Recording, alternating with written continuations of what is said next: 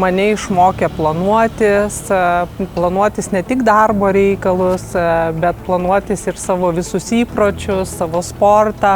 Per tą laikotarpį, kol buvau šitoj Flow programoj, tai buvau antiek tokiam žavesy, kad manęs visi klausdavo, kurgi tu čia esi, kad tu tokia šuoliuojanti. Veikti, daryti, būti su tais žmonėmis, kurie tau teikia malonumą ir su kuriais yra tau malonu. Ir atsisakyti tų žmonių, su kuriais tau yra nemalonu, kurie tave, gal sakykime, neskatina augti, o kaip tik tave stabdo, ar, sakykime, pojūtį su jais tave stabdo. Tai vat šitą turbūt įsinešiau tokį dalyką ir jį taikau, praktikuoju, stengiuosi, kad mano aplinka būtų irgi su flow būsena. Susidėlioti turbūt rutiną.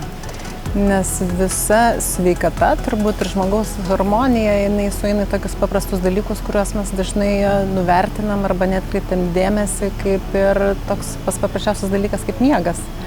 Eiti miegoti laiku yra labai svarbu ir šiaip ką svarbu įsidėti tą rutiną, kad neperdegtum ir kad galėtum visada dienos pabaigoje save susirinkti.